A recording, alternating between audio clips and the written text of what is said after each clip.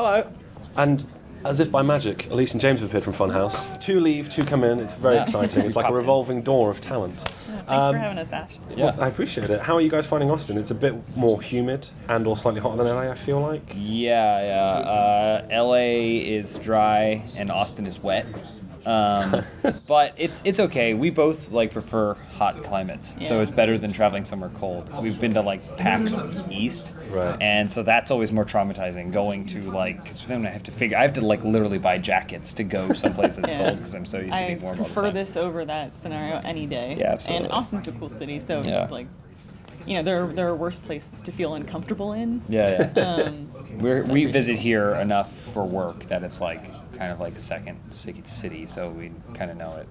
I also like that you two have dressed appropriately. I've come in a dark shirt and long jeans because I'm an idiot from England. I appreciate the shirt, though. Yeah, it's a great shirt. I've been the jeans actually look nice, too. I've been upsetting all of Achievement Hunter and everyone else that I've sat and interviewed by just sitting in a Funhouse shirt. I appreciate that. You're welcome. But it's paying off right now. I like it, too. It's paying off, too, yeah. It was one of those things where I was worried. I was I came off the flight yesterday, I was literally everybody's in a Rooster Teeth t-shirt. And I was I packed my Funhouse shirt. I cleverly left the jacket at home because I die in it anyway, normally in the winter. And I was well, maybe I'll just wear the shirt and try not to look so much like a fanboy in front of the 5 of you at some point across the rest of the day, but it'll be alright. I like it.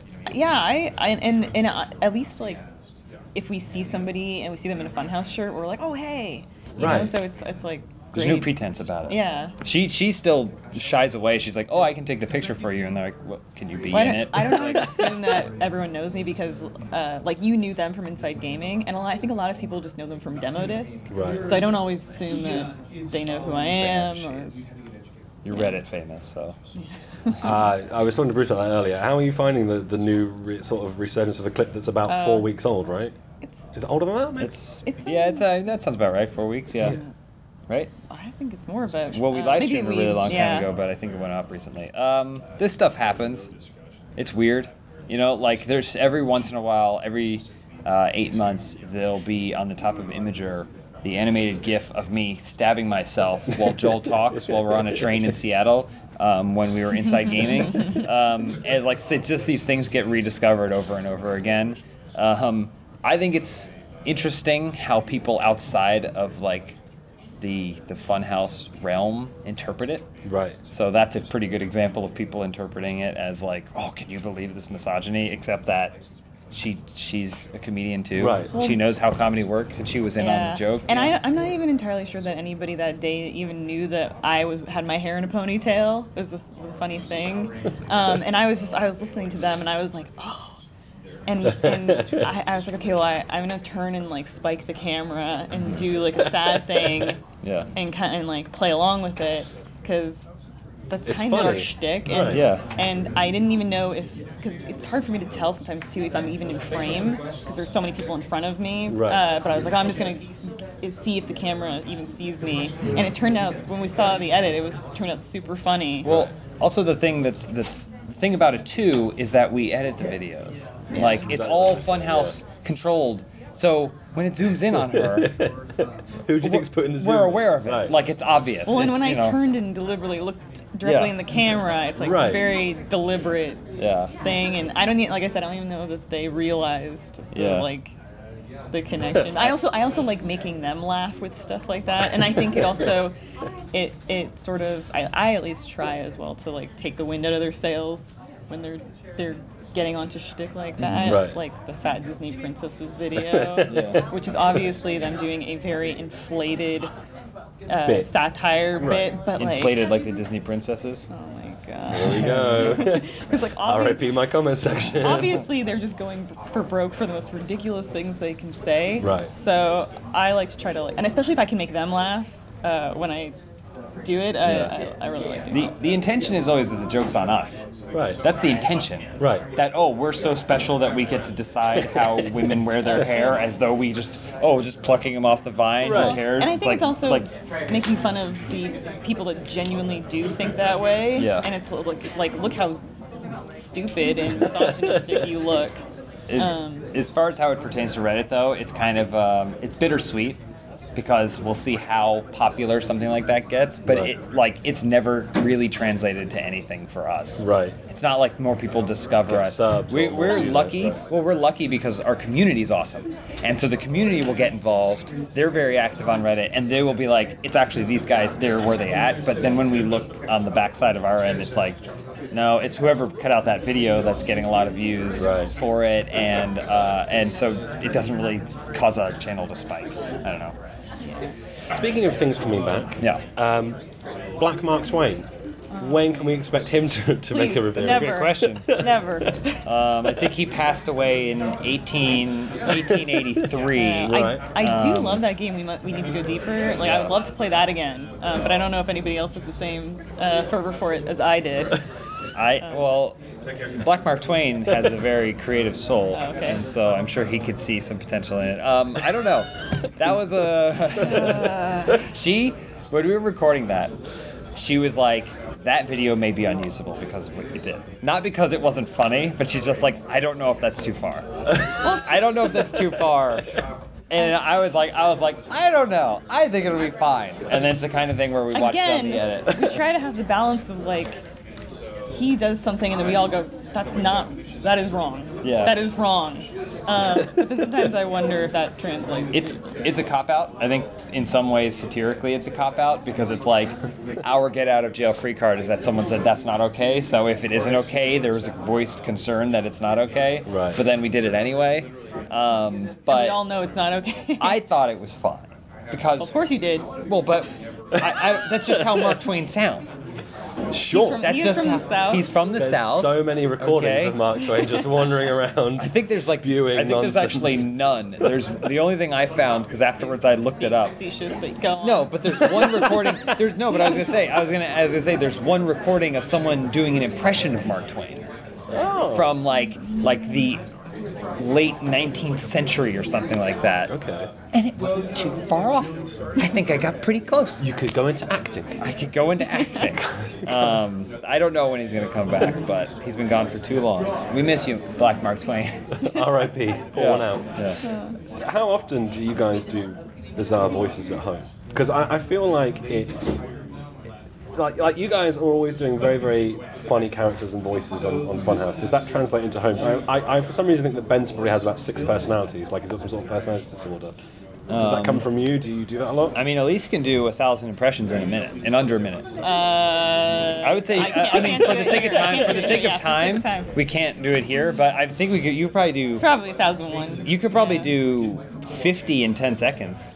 If we want to do, you want to do 50 impressions in 10 seconds? I think. Let's start the clock right now. To answer your question, I think like just because we're both very loud, verbose people. We're both very just like childlike in that we just play around like way too much. When we go home, it's still the same kind of BS happening. I like to do funny characters. I also just feel more comfortable if I'm being someone else and not myself. So especially in like our D&D series where I play like a kind of hobbit that sounds like, or halfling that sounds like it's from New Jersey. That's like when I feel most comfortable of doing something is when I don't have to be myself. Yeah. So especially, when we do live streams just at home and I don't know if you know, but we'll have like Muppets and stuff. I enjoy that. Yeah. I think I love doing voices and stuff. Like I've been very lucky that through Rooster Teeth, like I get to voice a character in Camp. I've done, we've both done Red versus Blue. Sex Swing. Sex Swing was a lot of fun. Like all of these things are great, fun things to do. I wish we were able to do them more.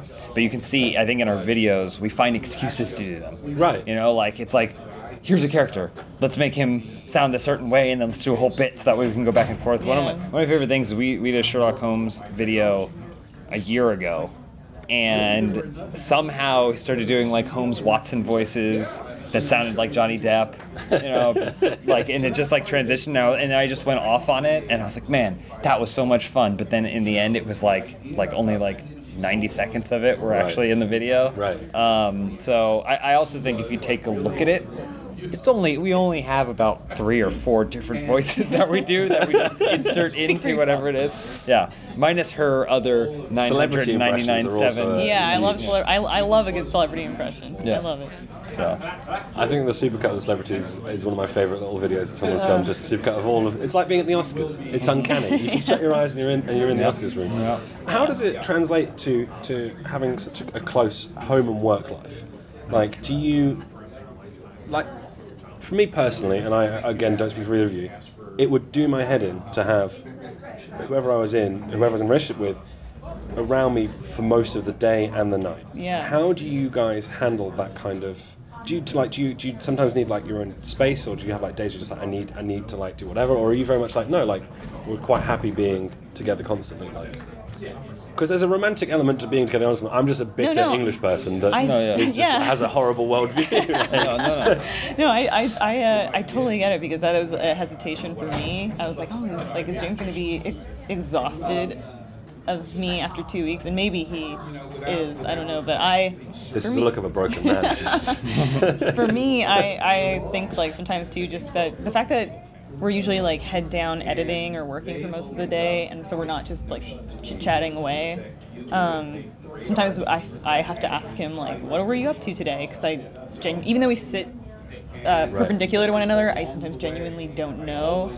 And also it sort of means to an extent that we just talk about work less when we go home, and we focus on other interesting, fun things. It's not like when we work separately and we come home and then I spend 45 minutes talking about my day, and we sort of live the same experience.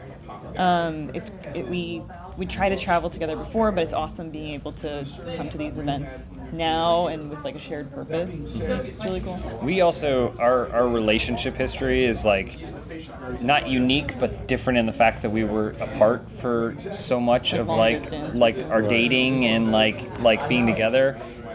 We were in a long distance relationship, and so like that was a really good test, because it was like, man, if we could just spend all our time together, we wouldn't we? Right. And things keep asking us that question. So it was us living together, and then it was us getting married, and then it was us working together.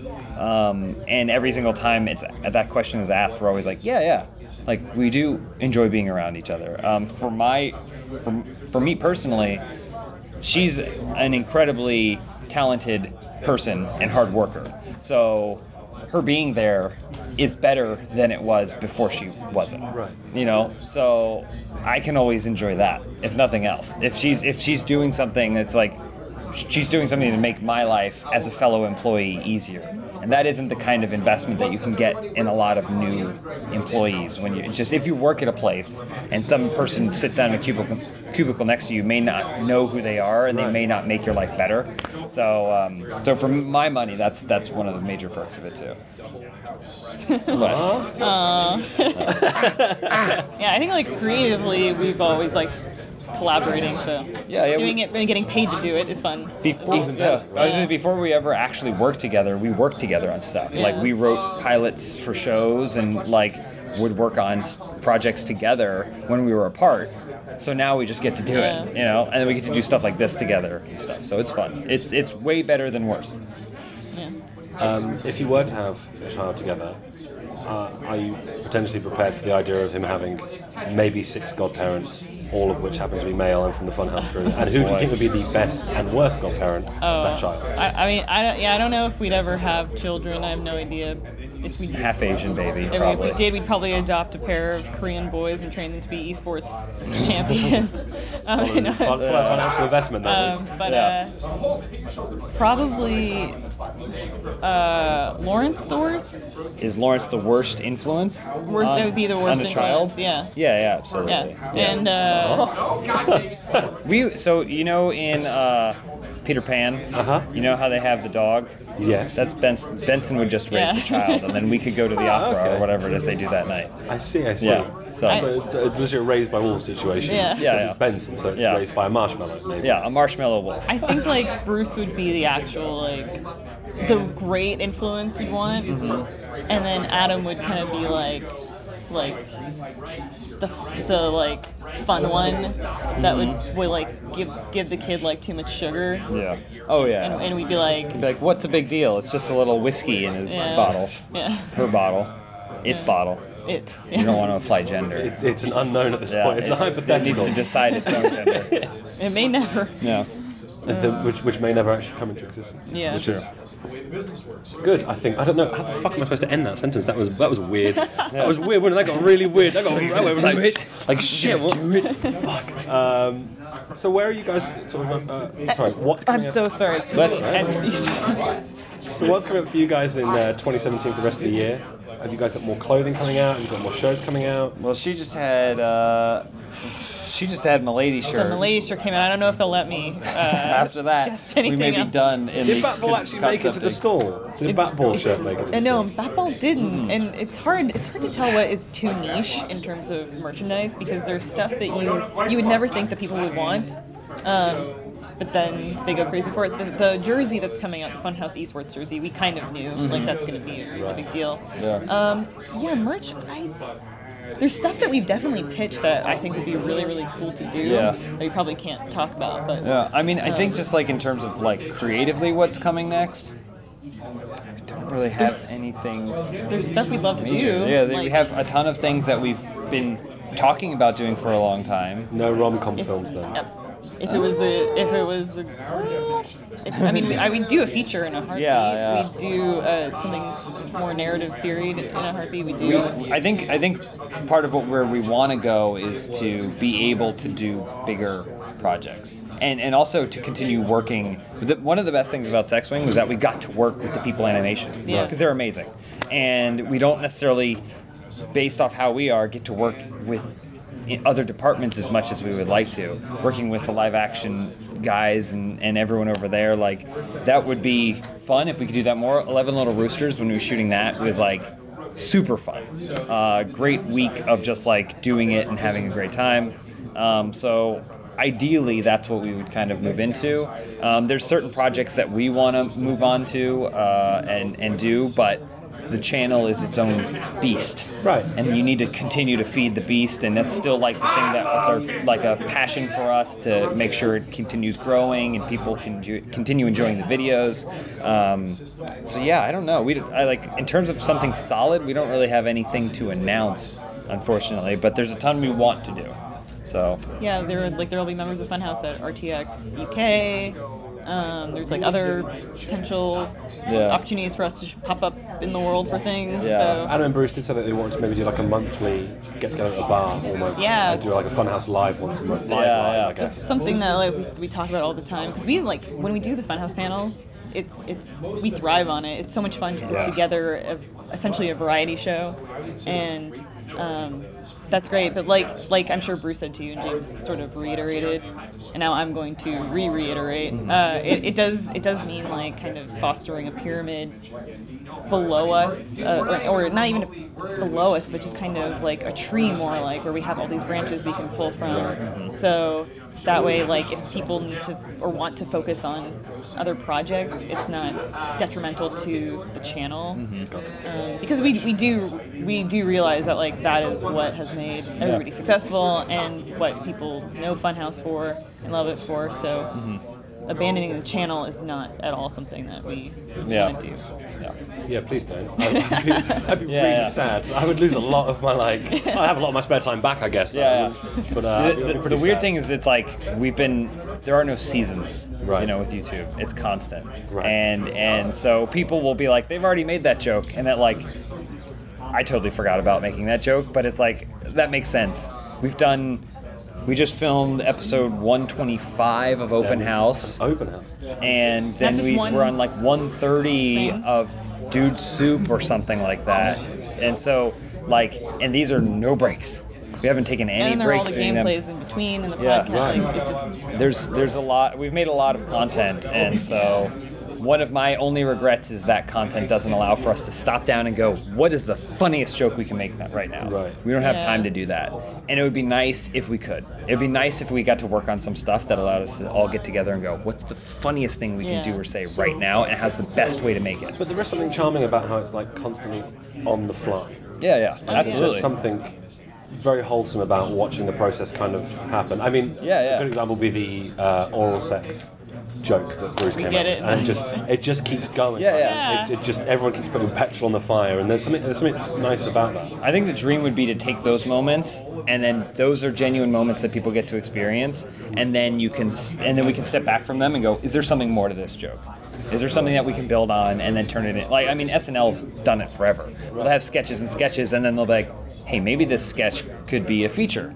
You know, like maybe there's something here, or maybe we should bring this sketch back again and again. Yeah. To be able to do that would be amazing. Yeah, there's a character we've like kind of been trying to push a little bit, Tug Nuggets, who he was in we did him in the Club Naughty video, and now there's like another Tug Nuggets video coming. So it's like that stuff is fun. Yeah. And like for me personally, I try to. I don't want to just be like spewing out anything. I really try to like think and say what's a standard of like joke that we can make. I'd say we're of course like trying to create a very like casual, like just a group of people, hanging out together, whatever. But I also think it is part of performance and trying to not just be like, saying what I'm trying to actually make jokes and craft narratives and stuff. Is what I like to do. Try to do at least. Okay, my last question. You guys are the king and queen of indie games. Top five. Am I the king? By nature of marrying the queen. Of course you have to be. I was prepared for this top five indie games, go. And then you gotta be quick. You got less than 30 seconds. Top 5 indie games. Oh my god, I can't even. Psychonauts, Battlefront 2, Overwatch, WWE 2K17, and Street Fighter 5. Okay, game that you have to play right now that's an indie game. I haven't played it yet, but Hollow Knight. Hollow Knight. I've wanted. I have it. I bought it on Steam before I left, and I'm like, just to sit down and play this. God, like, and What Remains of Edith Finch, if you haven't played it by now, is like awesome. And Little Nightmares just had DLC. I love indie games. And Samurai Showdown 5. Thank you guys very much. Have a wonderful afternoon. Thanks for talking to you.